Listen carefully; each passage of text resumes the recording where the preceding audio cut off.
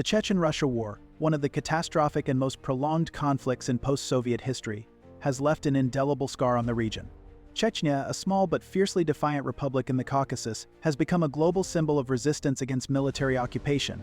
Decades of devastation, from ruined cities to shattered families, tell a harrowing story of the Chechen people's enduring fight for freedom. In an era where Russia's military ambitions are again under global scrutiny, most notably in Ukraine, Chechnya's struggle for independence has resurfaced as a topic of intense debate. Should the world support Chechnya's demand to break free from Russian control, or is independence a dangerous precedent in the face of geopolitical instability? Please comment 1 if you support Chechnya. The roots of Chechen resistance trace back to centuries of conflict with Russian forces, beginning in 1785 under Sheikh Mansur's leadership. The most devastating chapter in this history unfolded in 1944, when Soviet dictator Stalin ordered the mass deportation of the entire Chechen and English populations to Central Asia. Under the Soviet regime, the Chechens faced one of the darkest chapters in their history, rooted in a fabricated accusation of collaboration with Nazi Germany.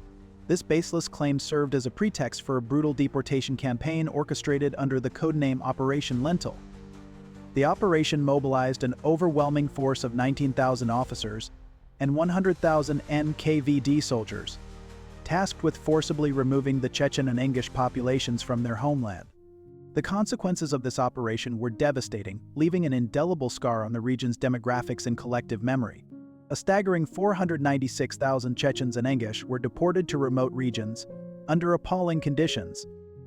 The mortality rate during their exile was catastrophic, with nearly 30% of the population perishing between 1944 and 1952 due to starvation, disease, and harsh living conditions. Beyond the immediate death toll, the combined impact of deaths and the deficit in births resulted in a staggering demographic loss of 54.3%. A tragedy that reshaped the community for generations. This forced displacement not only decimated the population but also disrupted the cultural and social fabric of the Chechen and English people, leaving a legacy of trauma and injustice that continues to resonate today. In the wake of the Soviet Union's dissolution in 1991, Chechnya seized the moment to assert its long-sought independence. Under the leadership of charismatic and determined figure Doktor Dudayev, the republic declared itself free from Moscow's control.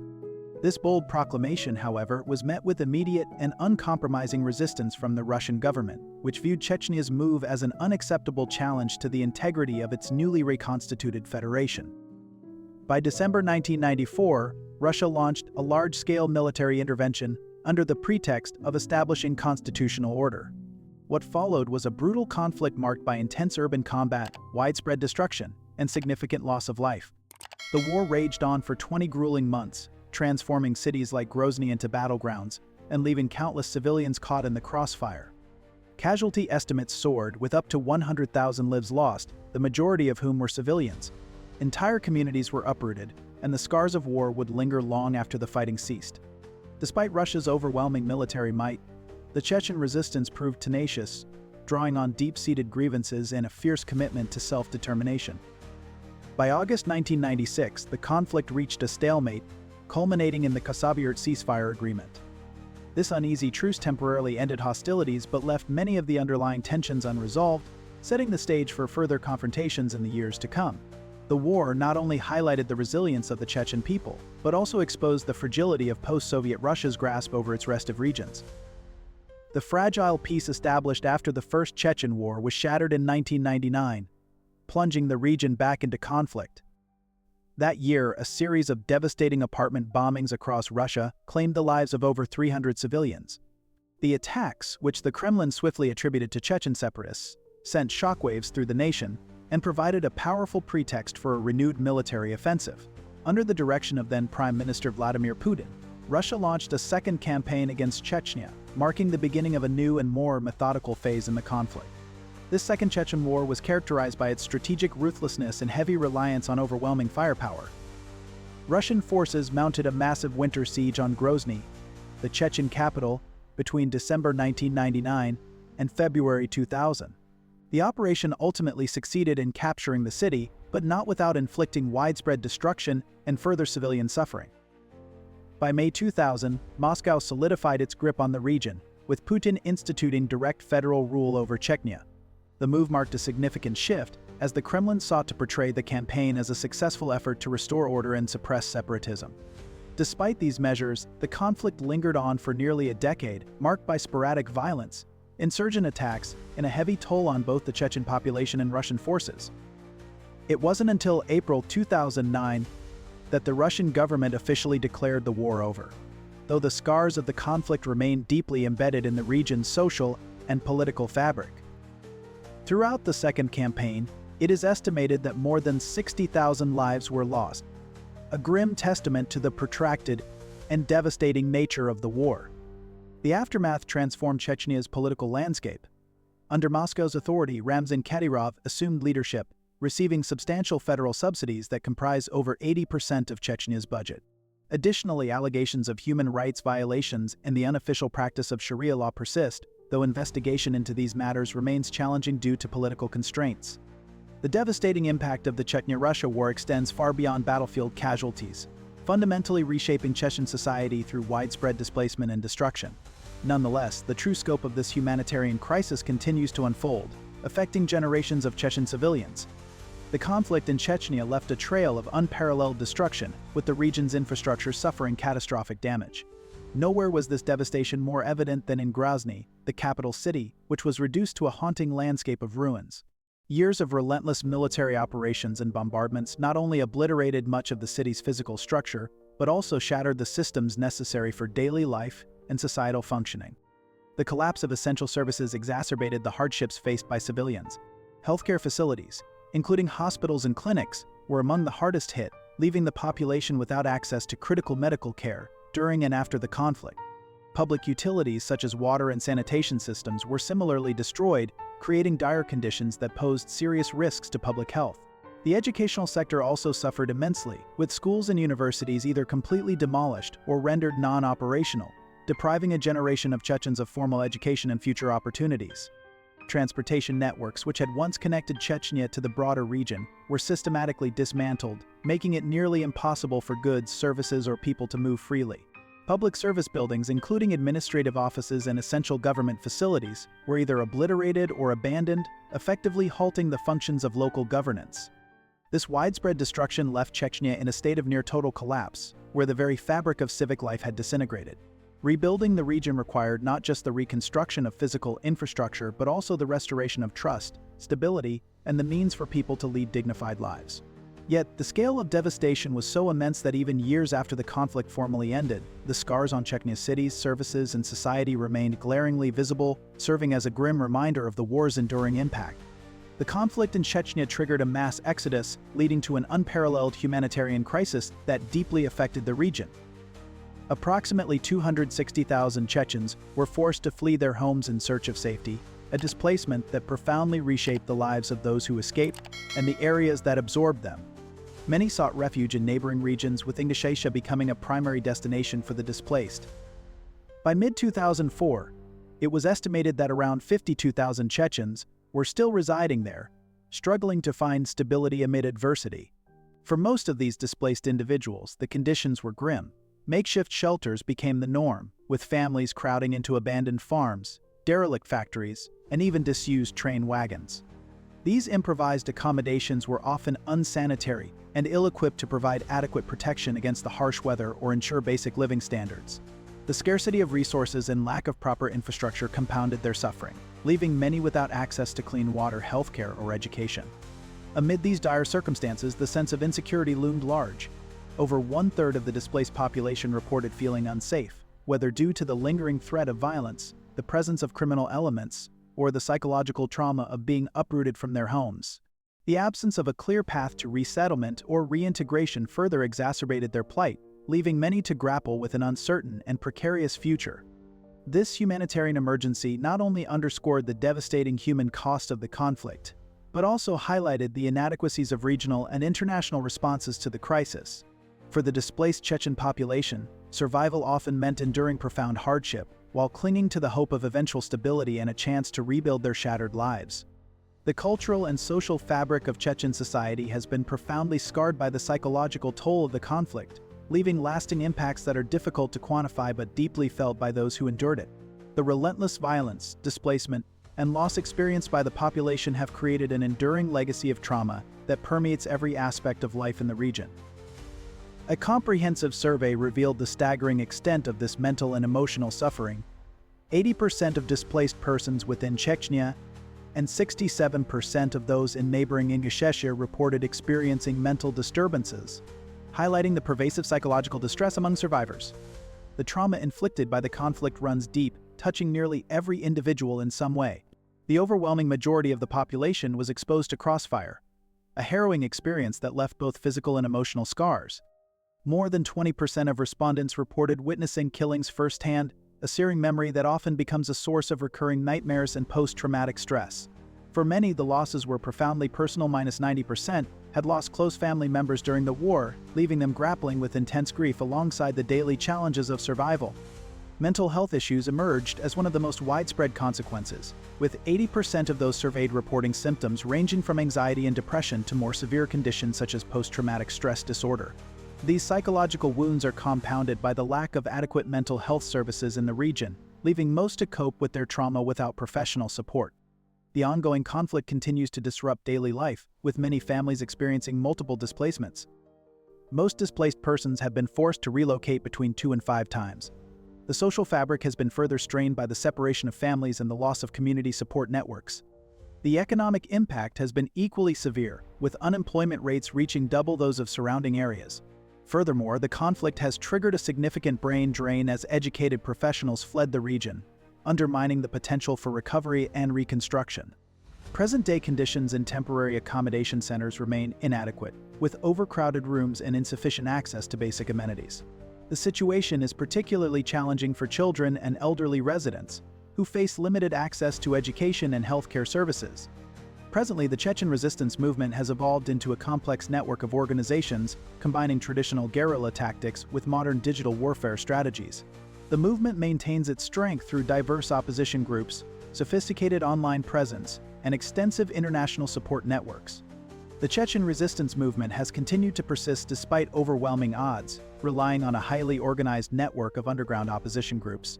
These groups operate through 3 distinct types of formations, each with a specific focus and operational area, allowing the movement to adapt to the diverse challenges posed by Russian military and security forces. Traditional units primarily concentrate on military operations in the rugged mountain regions, where the terrain provides natural advantages for guerrilla warfare. Temporary formations, by contrast, are assembled to carry out specific missions in urban areas, often involving sabotage, targeted attacks, or intelligence gathering. Finally, support networks work across territories to provide logistics, supplies, and aid, ensuring that the operational units remain functional and well supported. The effectiveness of these groups lies in their strict discipline and vertical organizational structure, which allows for coordinated actions even under intense scrutiny from Russian authorities. The resistance leadership employs a carefully calibrated strategy that integrates both secular and religious elements, reflecting the movement's multifaceted nature. This balancing act is essential for maintaining unity among diverse factions within the resistance and appealing to broader segments of the population. Mountain-based units often evoke the historical memory of Chenya's traditional warriors, blending modern tactics with a deep connection to the land.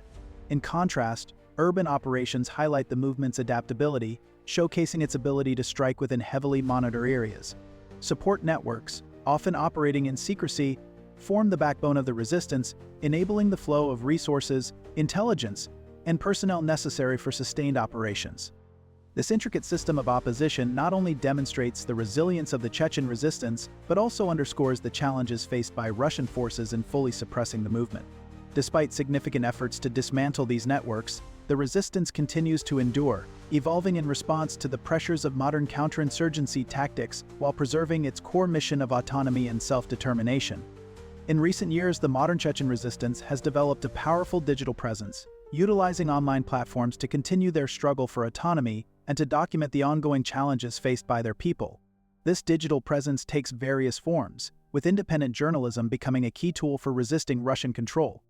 Platforms such as Telegram channels and social networks have become essential for sharing uncensored news, with individuals and organizations publishing reports on human rights violations, forced disappearances, and government crackdowns. These platforms have proven particularly crucial for documenting the atrocities that are often hidden from the international community, providing a voice for those silenced by the oppressive regime.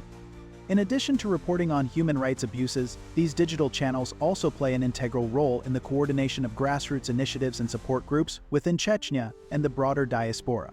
Through these networks, resistance groups can mobilize resources, share information, and offer solidarity to those in need.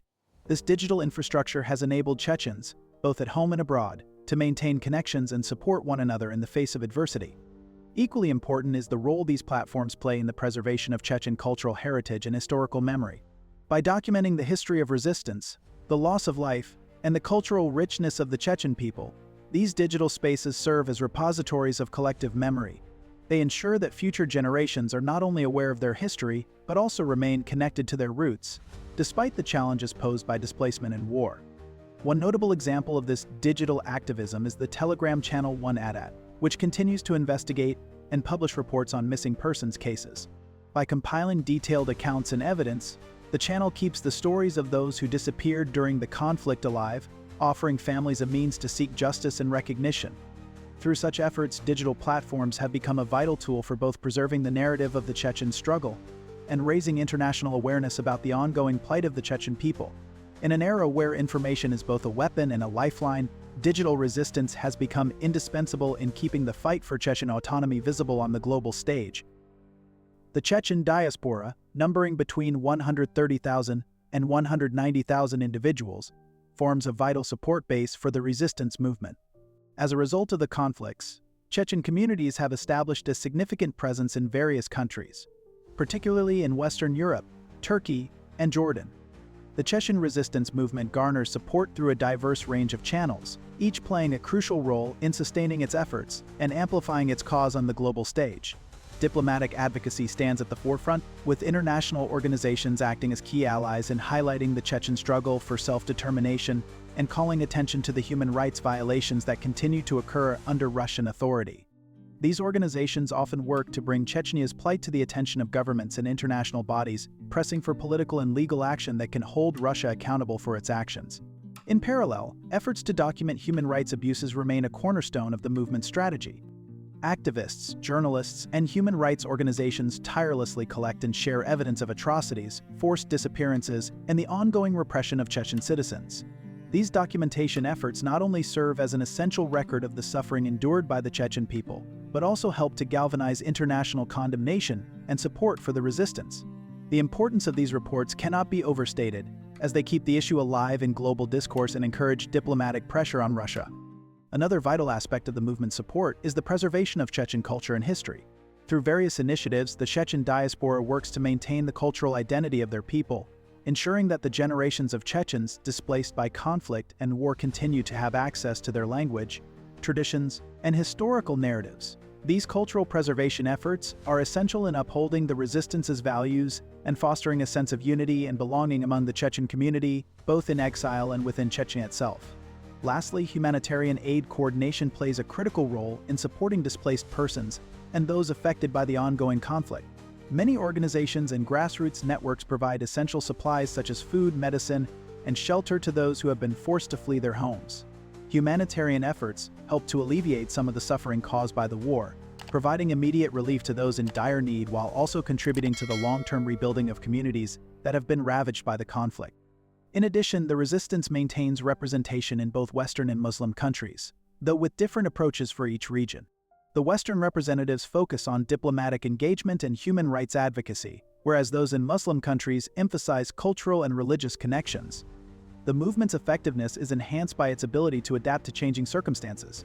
For instance, young Chechens in diaspora communities demonstrate increasing organization through online platforms, sharing information, and coordinating support efforts. These youth networks maintain critical stances toward pro-Moscow leadership while supporting independence aspirations. Systematic human rights violations in Chechnya have drawn unprecedented attention from international courts and human rights organizations. The European Court of Human Rights has issued over 270 rulings against Russia for grave violations in Chechnya. The European Court of Human Rights has ruled that Russian security forces were responsible for a range of violations of international law during their operations in Chechnya. The court identified unlawful property destruction as a significant breach. Russian forces were found to have intentionally destroyed homes, infrastructure, and civilian property during their military operations, an act that not only caused immense harm to the Chechen population but also violated the principles of protection of civilian property during armed conflict, as outlined in international humanitarian law. Furthermore, the European Court highlighted privacy violations committed through illegal searches and seizures. Russian security forces routinely carried out searches of private property without warrants or legal justification, infringing on the fundamental right to privacy. These actions further exacerbated the trauma experienced by the population and undermined the legal protections afforded to individuals under both Russian law and international human rights conventions. These rulings from the European Court of Human Rights reflect the severity of the abuses carried out by Russian forces in Chechnya, and they underscore the urgent need for accountability and justice for the victims of these violations. The court found that Russian authorities failed to provide any explanation for numerous disappearances, straightaway presuming victims dead after their abduction by unidentified Russian servicemen.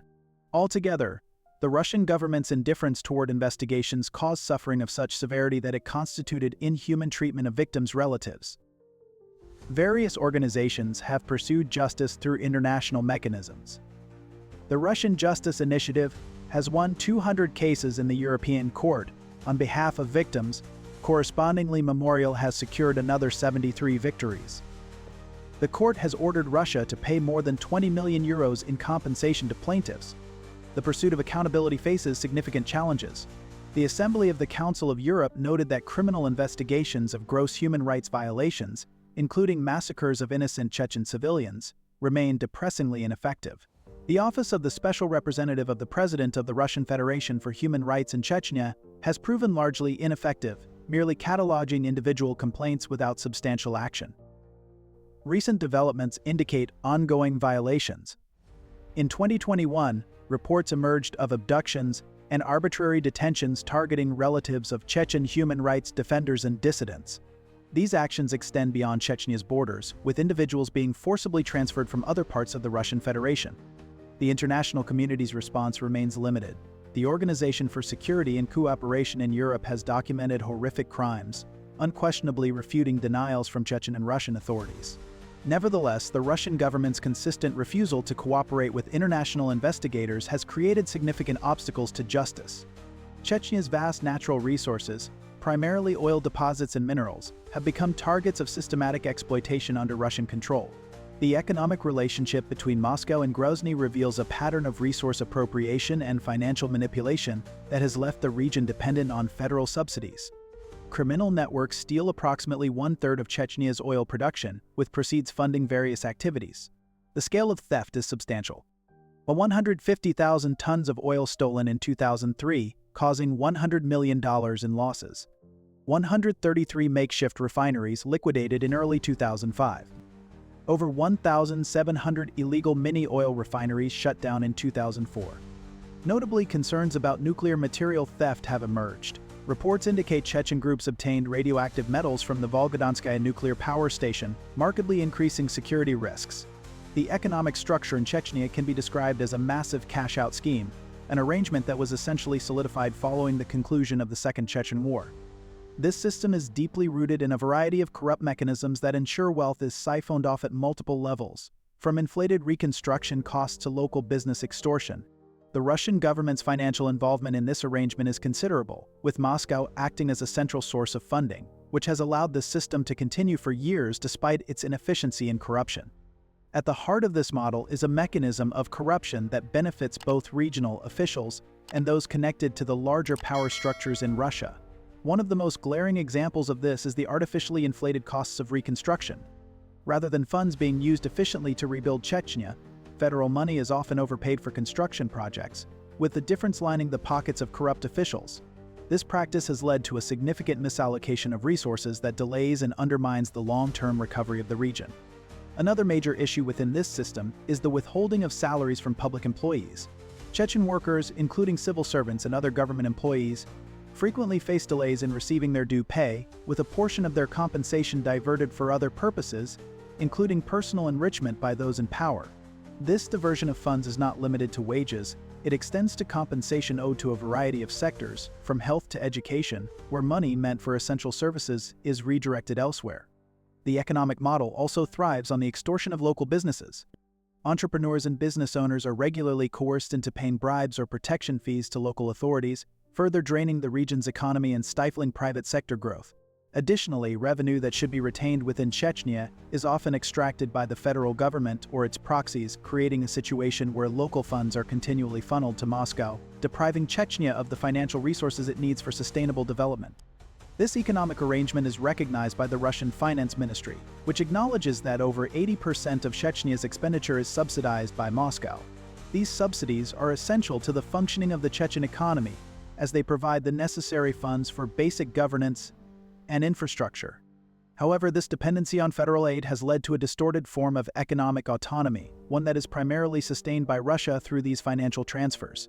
While this system allows the region to maintain a degree of stability, it also perpetuates a cycle of corruption and inefficiency that undermines Chechnya's long-term economic development and independence. In essence, this economic model has created a dependency on external financial support, while simultaneously allowing for vast amounts of money to be siphoned off through corrupt practices. The lack of genuine fiscal autonomy, combined with systemic corruption, has ensured that Chechnya's economy remains tethered to Russia in a way that benefits a select few at the expense of the broader population. The financial arrangement has thus become a tool for political control, further entrenching the power of both local and federal authorities, while preventing the emergence of a truly independent and self-sustaining economic system.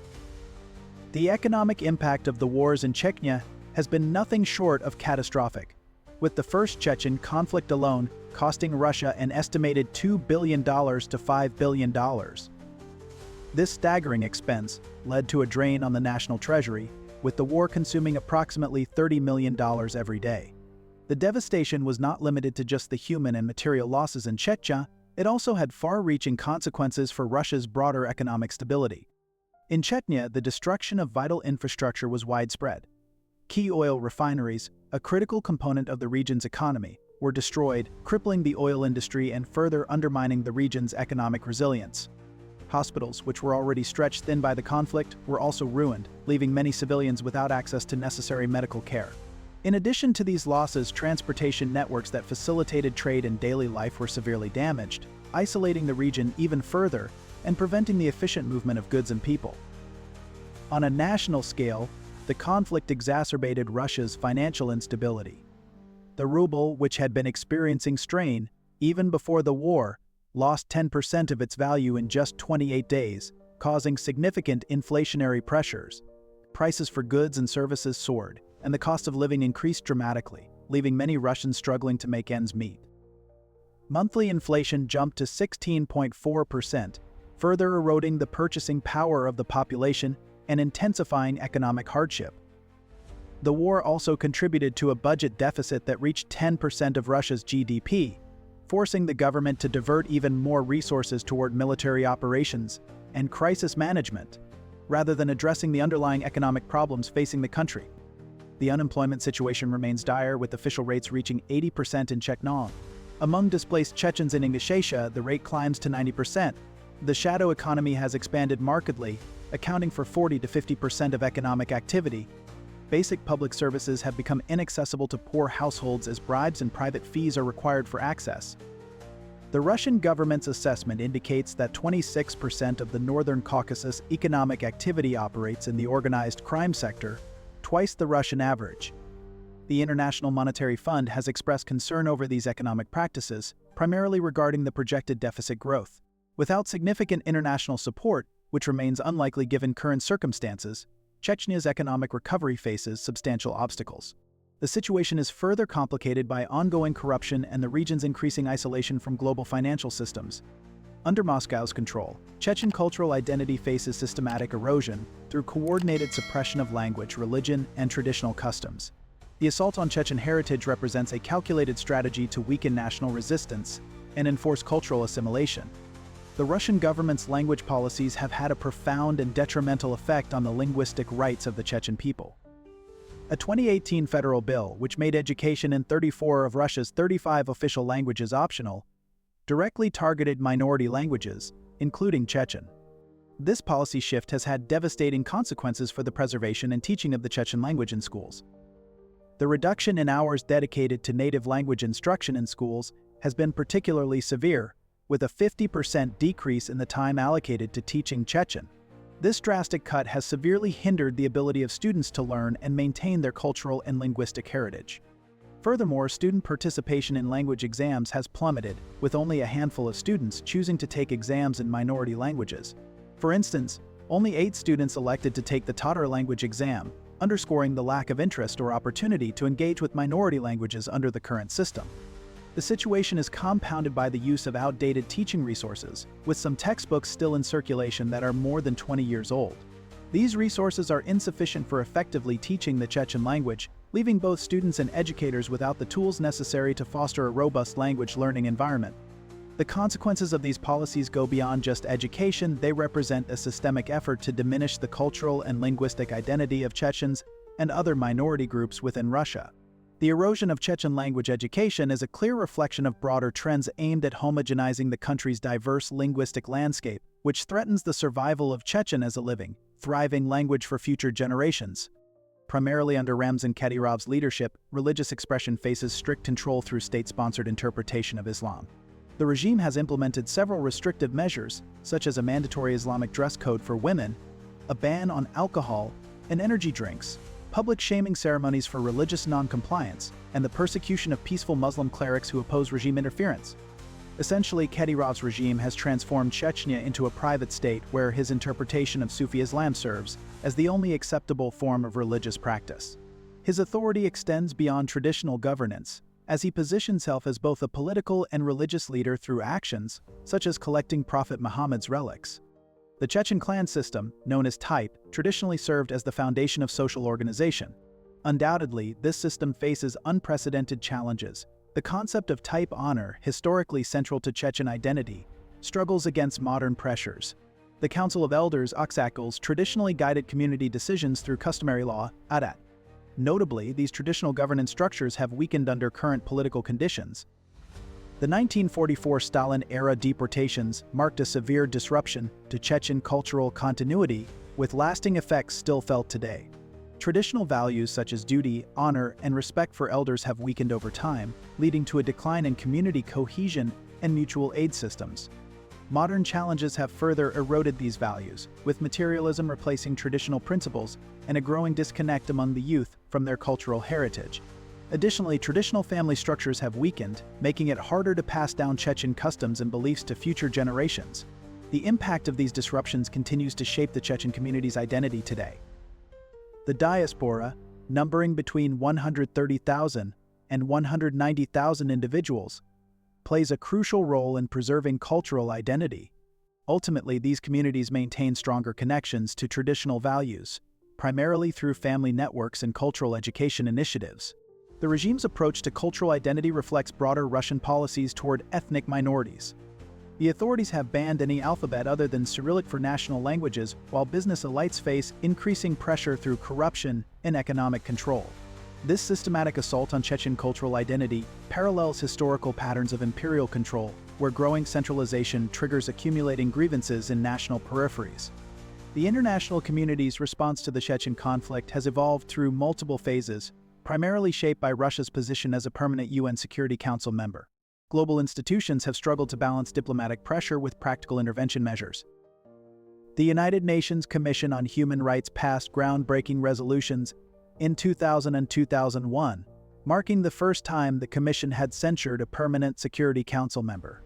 These resolutions demanded credible criminal investigations of human rights violations, the creation of a national commission of inquiry, unrestricted access to humanitarian agencies, and protection for displaced civilians. Notably, the 2000 resolution strongly condemned the use of disproportionate force by Russian forces. The UN Security Council ultimately adopted Resolution 1265, 1999, on protecting civilians in armed conflict, which emphasized the Council's responsibility to maintain international peace. The sanctions imposed on Russia have shown mixed levels of effectiveness, with recent measures having a noticeable economic impact. In 2022, Russia's GDP saw a decline of 2.1%, a direct result of the sanctions. Oil revenues also suffered significantly, with a 40% reduction reported in February 2023. Additionally, the banking sector experienced severe strain, with 70% of banking assets placed under sanctions. The sanctions also affected Russia's central bank reserves, with 300 billion euros being blocked, further limiting the country's financial flexibility.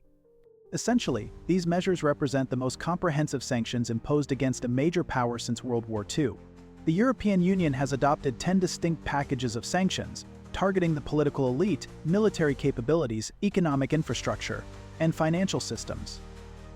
International diplomatic efforts have faced significant challenges. The Council of Europe suspended Russia's voting rights in 2000, primarily due to its actions in Chechnya. The Organization for Security and Cooperation in Europe attempted to establish a monitoring presence, but Russia closed its field office in Chechnya by late 2002. The European Court of Human Rights has delivered nearly 300 judgments related to cases from Chechnya. These rulings have led to significant outcomes, including compensation payments to victims of the conflict, the extensive documentation of human rights violations, and the establishment of important international legal precedents.